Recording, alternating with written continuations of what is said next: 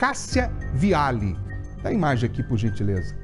Essa mulher, gente, ela fala pela primeira vez após o crime. É um caso que repercutiu em todo o Brasil. Era 5 de setembro, o ano 2022. O Jackson Medeiros, dá a foto do Jackson aqui para mim, por favor. Ele tinha 36 anos. Pai de um menino, estava trabalhando. Jackson trabalhava quando um carro na contramão entra e atinge a moto dele. O carro era pilotado, era dirigido pela modelo, influenciadora, uma mulher que havia acabado de sair de um bar. Você está vendo as fotos dela aqui. E tem um detalhe, a mulher não parou para prestar socorro. Quase 2 anos depois, a família do Jackson está indignada porque a Cássia Viale está solta. Está frequentando as festas como se nada tivesse acontecido. Enquanto isso, eu vou mostrar uma imagem para você. O filho da vítima, tem a imagem do menininho no cemitério? Tira a foto dela, olha aqui, ó. Esse menino aqui que você está vendo é o filho do Jackson. Final de semana retrasado, Dia dos Pais. O menino chama a mãe para conversar, fala: mamãe, eu quero ir lá visitar o meu pai no cemitério. E o menino ficou deitado, chorando, conversando ali sozinho no túmulo do pai.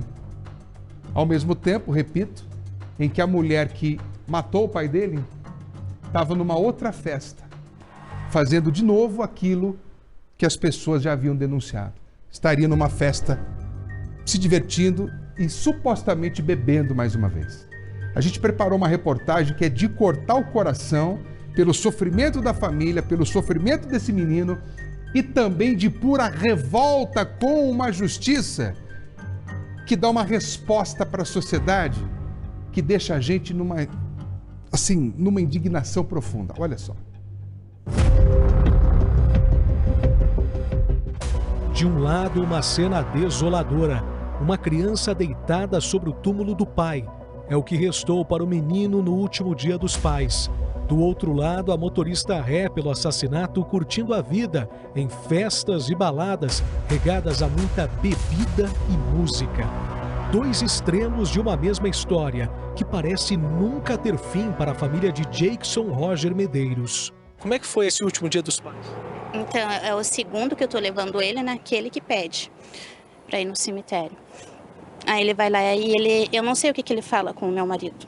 Ele fica sozinho? Ele fica sozinho, ele pede para mim se retirar e ele fica sozinho. Você vê que ele conversa? Sim, ele fica sempre na mesma posição, deitado, que era como ele ficava quando o meu marido deitava no sofá, o Enzo deitava no peitinho.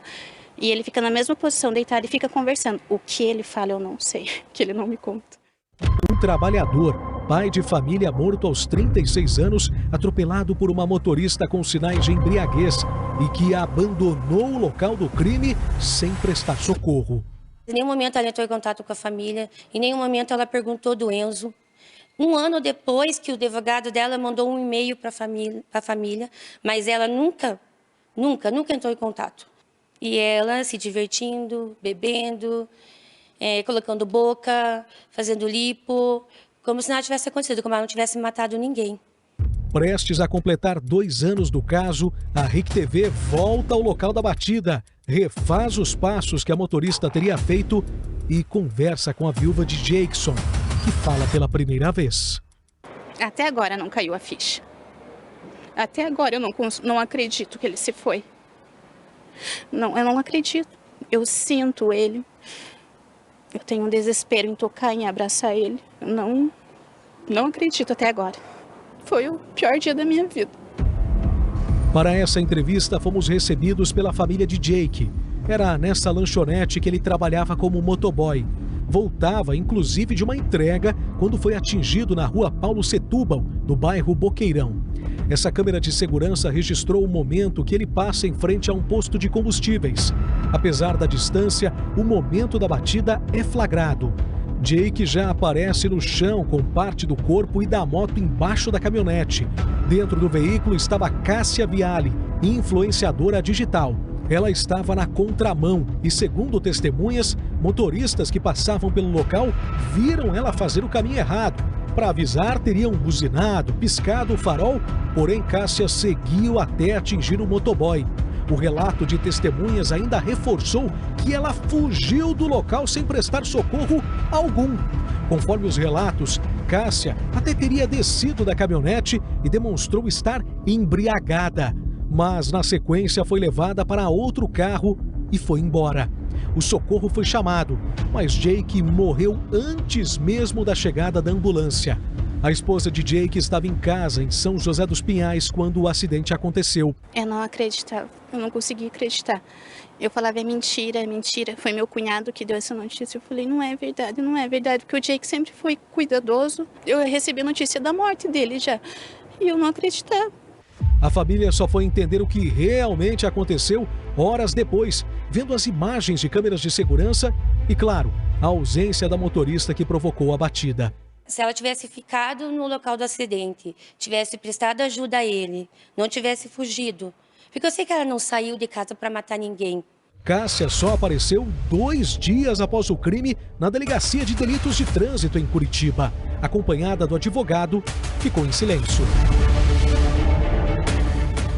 Segundo a polícia, em depoimento, Cássia negou ter bebido e disse não ter percebido que a rua era de mão única.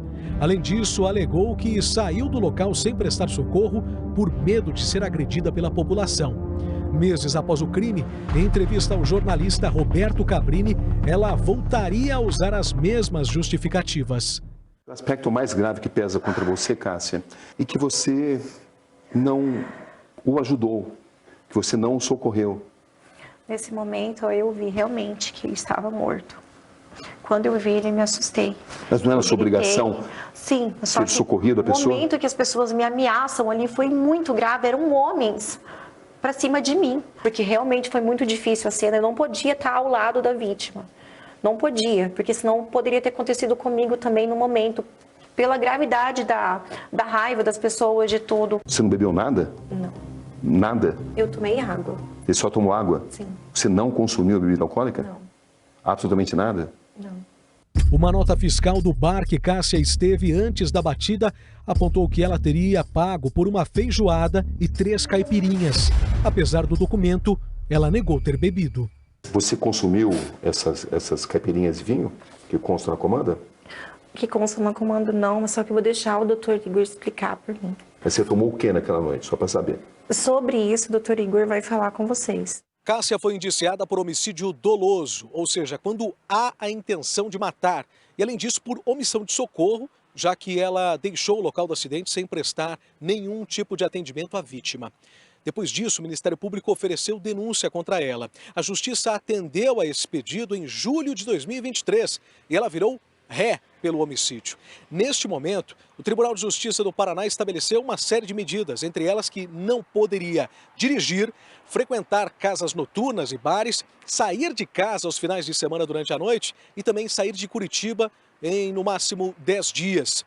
Apesar disso, foi muito comum ver Cássia descumprir essas medidas a partir da decisão do juiz.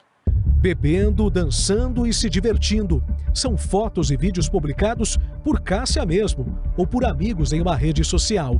Flagrantes de dias diferentes. Já essas são imagens nunca vistas na TV, feitas em março deste ano por familiares de Jackson, em um bar da região do Batel, em Curitiba.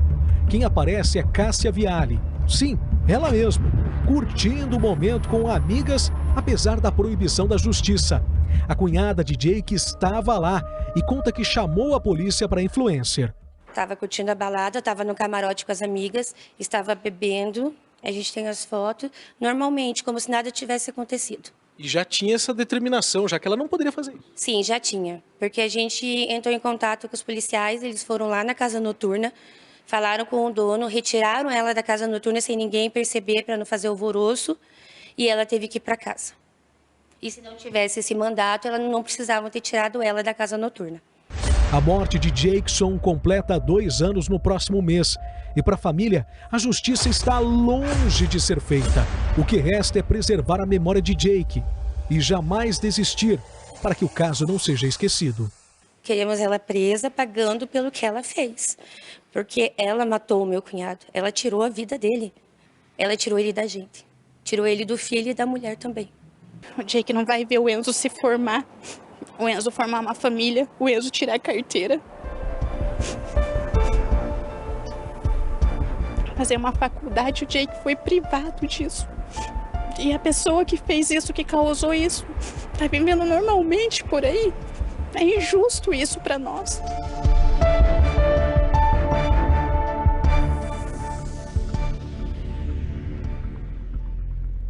Essa, sem sombra de dúvidas, a imagem do menino aqui, por favor.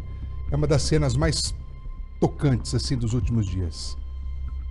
Isso aqui é de cortar o coração. 9 anos de idade. Poderia ser eu? Poderia. Poderia ser o senhor. Poderia ser qualquer pessoa que está na rua, dar de cara com alguém num acidente de trânsito, de acordo com aquilo que foi apurado inicialmente. A mulher estava então na contramão. Na entrevista com o Cabrini, ela disse que não bebeu nada.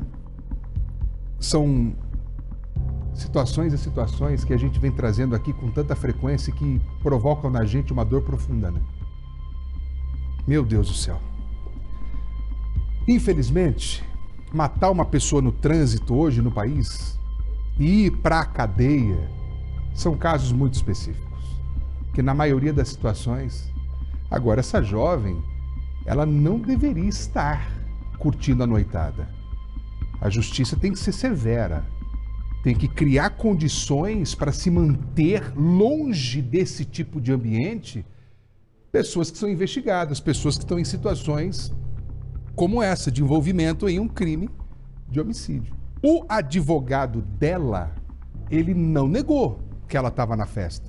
Ele disse que ela estava trabalhando, disse que... Ele usou uma frase que a gente falou aqui na semana passada, né? Que ela trabalha na noite porque precisa sustentar. Né? A fonte de renda dela vem desses trabalhos que ela realiza à noite. Tá, tudo bem. E a renda da família do Jackson? O Jackson morreu. Quem é que vai sustentar o filho dele agora? E aí? Essa menina, essa jovem, tinha que ter, no mínimo, indenizado essa família financeiramente. Qual é a... Como se diz? Quantos anos esse homem supostamente viveria para sustentar o filho dele? Quanto de gasto ele teria com essa criança? Sabe, isso tem que ser colocado na ponta do lápis e atribuir essa responsabilidade financeira ao causador desse homicídio. Porque isso foi um homicídio. A pessoa na contramão, nas condições nas quais isso aconteceu e ainda foi embora do local, omissão de socorro. Quer dizer, tá tudo errado. Sabe, tá tudo errado e as pessoas cada vez mais caladas. Sabe por quê? Infelizmente, tá virando comum, tá virando normal no país da impunidade, chamado Brasil, as pessoas agirem assim. Ah, não vai dar em nada, não vai dar em nada. Ah, não vai dar em nada. Ah, não vai dar em nada. É assim, as pessoas estão começando a ficar conformadas. E aí? Viver nisso? Dá? Para mim, honestamente, não dá. Eu acho um descaso, eu acho um desrespeito, uma pouca vergonha. Sabe, é uma pouca vergonha. A gente tem que lutar por justiça, usar dos nossos atributos jornalísticos para levar a verdade para você que assiste, e as pessoas que estão em situações como a dessa família ter que buscar meios para tentar justificar aquilo que é injustificável. Meu Deus do céu, o cara morreu. O cara morreu, o Jackson morreu. E o menininho estava lá no cemitério, deitado no chão, enquanto muitos estavam abraçando seus pais. Esse é o país da impunidade, chamado Brasil. Uns choram, outros vão para a noitada se divertir, se esbanjar e curtir a vida numa boa. Que Deus guarde esse menino, que ele consiga crescer, ter uma boa formação, uma base familiar que venha suprir essa necessidade da ausência do pai. E não vai ser fácil.